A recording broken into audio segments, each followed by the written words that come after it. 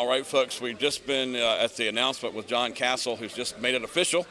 About 300 folks. Is that a good, fair assessment? I say it was pretty good. Yeah, Right. yeah, good turnout today to be as cloudy and all the other events going on today. Right, and I also saw some former law enforcement folks here that and some support. So Yeah, good support. So you're getting off with some good ground support, I guess.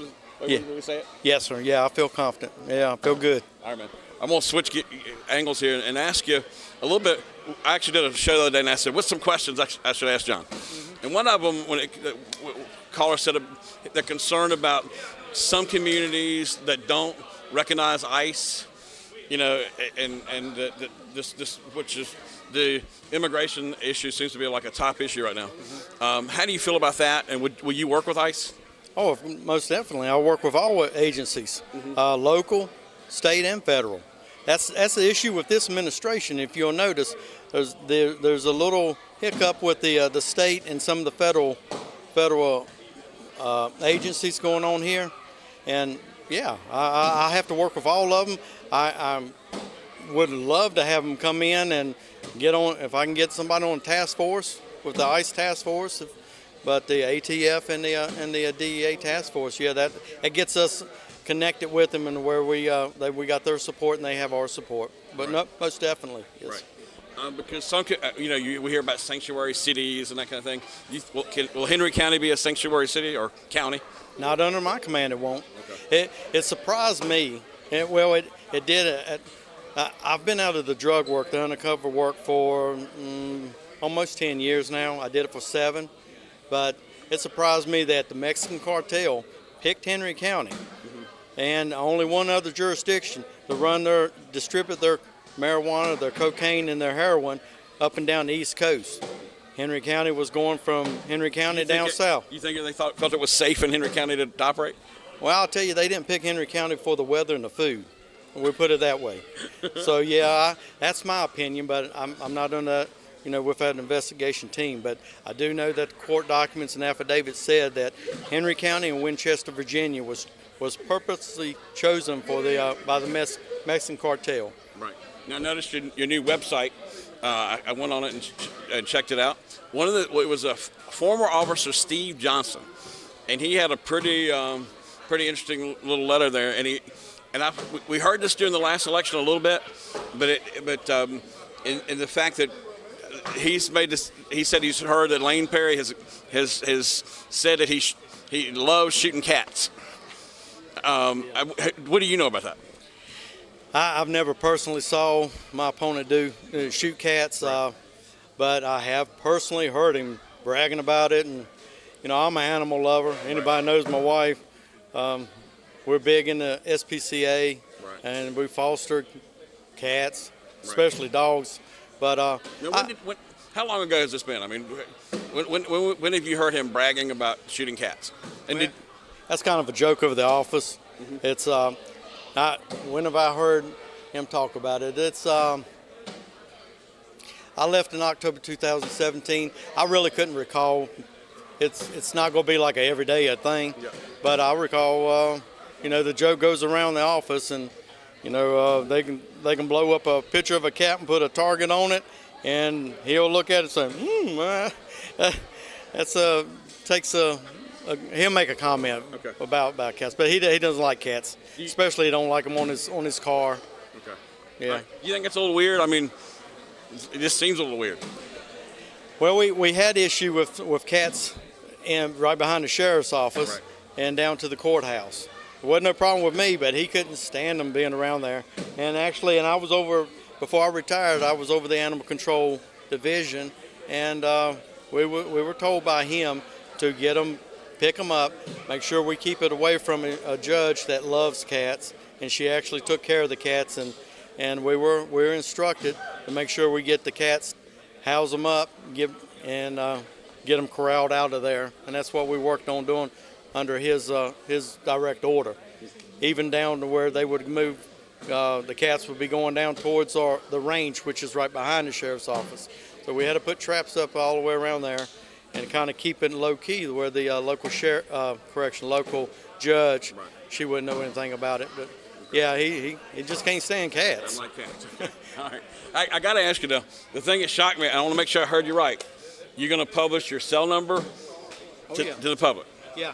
I tell you on this, one of the biggest complaints that I've got from the public, and that I've seen personally myself, is that they can't get a hold of him. Mm-hmm. And, if you're there to brag about something, yeah, you'll probably be able to talk to him. He'll return your call. Yep. But if you're there to voice your opinion, some problems going into your community, especially if you've been there once or twice and he knows your name, you won't get a hold of him. The only time you're going to get a hold of him, I'd say from now until November, you'll probably get a good chance of getting in contact with him. He's going to contact you. I don't know if he had a recent press conference. I asked him directly about Steve Eanes. I think you've already made it public that you feel like Steve Eanes is not doing a good job being second in charge, and that and he said when I asked the sheriff about it, he says, well, his role is not to run the office. His role is to be the liaison between the office and the community. What's your opinion of that?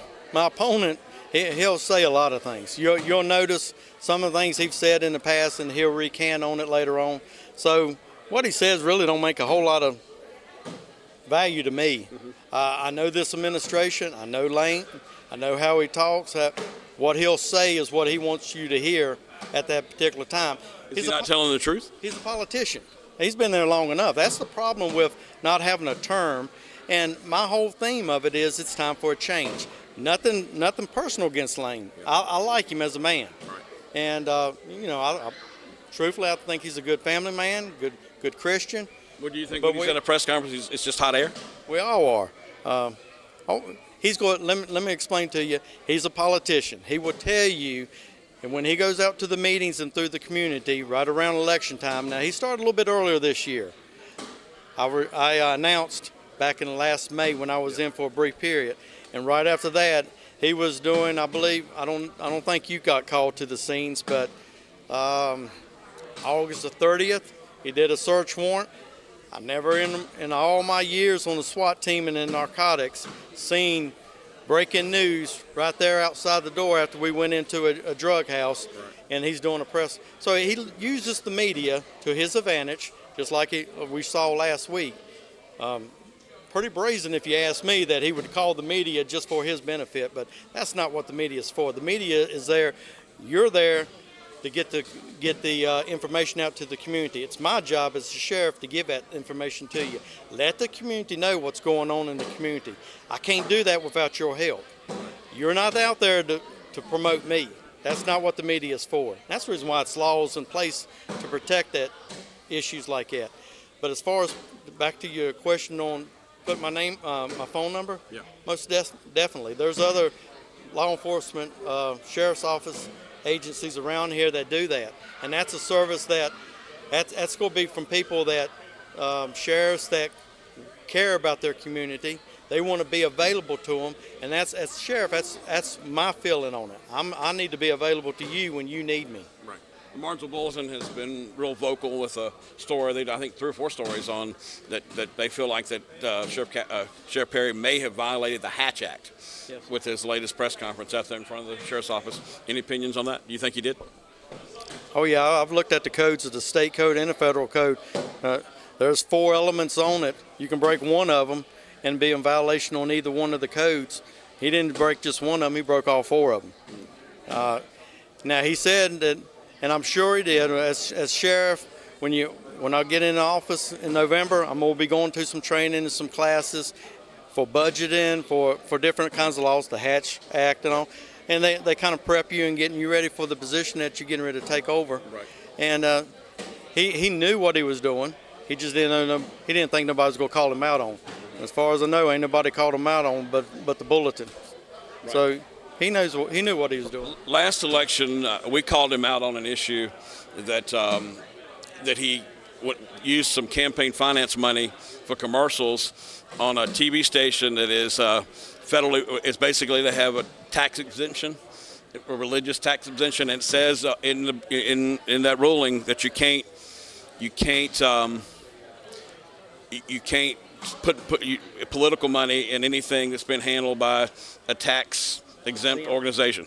We asked him about it, and I asked him, and he said, well, it was something handled by the feds, but he still did it anyway. Oh yeah. I mean, do you think he's violating that deal there? Well, I didn't know anything about it until you just now told me. But if what you're telling me, yeah, he violated it. The problem of it is, and that's what a lot of people don't understand. When you see my opponent out in the public every blue moon, and he shakes your hand and he talks to you for a minute, smiling, and you see him going around through the churches, he's a politician. I'm not a politician. Mm-hmm. So he's gonna push those envelopes just like he did last Tuesday, just like the incident you're telling me about. Yeah, I'm sure he did it. BTW says they're 90% religion, and they don't have to pay taxes. Mm-hmm. But one of the things it says you can't have any political money coming in anyway. It's a direct violation. No. But nobody. I mean, obviously he's the cop, so he can't call himself out. So anyway, it's abuse. And during this election, and early on, I contacted Lane, told him beforehand. I didn't want him to find out like the election when he was running against Farmer. Right. The way that my opponent found out then was when the media did the breaking news that Farmer was running against him. Right. I wanted to, out of respect, man to man, I want to give him a heads up. And my opponent, he knew the issues. The last 2 years before I left out, when I was overseeing the division that ran, there was 4 divisions at the sheriff's office. Right. I was overseer of the professional standards division, and I knew issues that was going on in the department with policies, with procedures, with violations on both of those areas, and with the morale in the department. I've got the backing and support of back then. It would have been well over 75% of the department, if not the whole department. It's going to be a handful. I'd say about 5. Get that on there. About 5 that I wouldn't have the support on, and that's going to be your top 5. That's your good old boys. They look out for each other. Come Monday morning when they see this, it's going to be some closed-door meetings. I know this administration so well that I can almost tell you what time that they're going to go to lunch after their Monday morning meetings because of this broadcast that you did. Right. Let me answer with something fun. I noticed the sea of blue. Is that going to be? That's obviously blue and yellow. Is that the official colors? It is. Blue is just standard colors for law enforcement. Right. And if you'll notice my time of change, and that's going to be my theme song that you just heard a few minutes ago. So. Yes. Now, one of the things I think you want to make sure that people don't confuse you with Frank Cassell, right? That's something you got to deal with during the campaign? Is that something you got a plan for? Well, I'm using it right now. Yeah. You're going to get that information out to me, to the public, I hope, as much as you can. Right. But that was the issue when I was on the road, and when I was a road lieutenant. Right. As soon as I get on there, I'll be handling the situation, or one of my men will be handling it. If there's an issue, I'll show up on scene, and then they'll look at it and say, "You ain't no kin to." If I need to do Ancestry.com and do a DNA, I'll do it. Whatever it needs to take. But I am not kin to the former Cassell.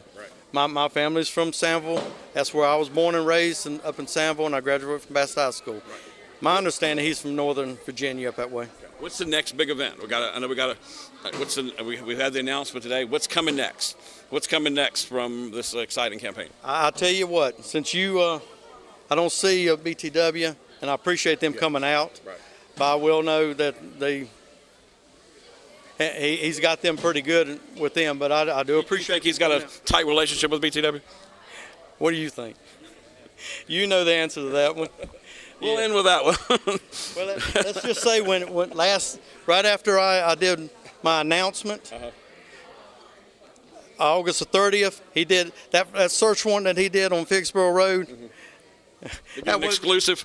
That breaking news. Right. And when we do search warrants, we don't put them out on a scanner. We don't even let the dispatchers know when we're getting them done. So nobody knows it for the SWAT team's safety. Right. So for them to be right out there outside the door, he's just catering to them. He's doing his political power. He's got one media. I don't know why he don't keep you on there, because I'd be using all of you. Yeah. But that's just it. I'll be using you for the information out there. But my next event. I'm gonna give you the breaking news on that one. Okay. Let's listen in.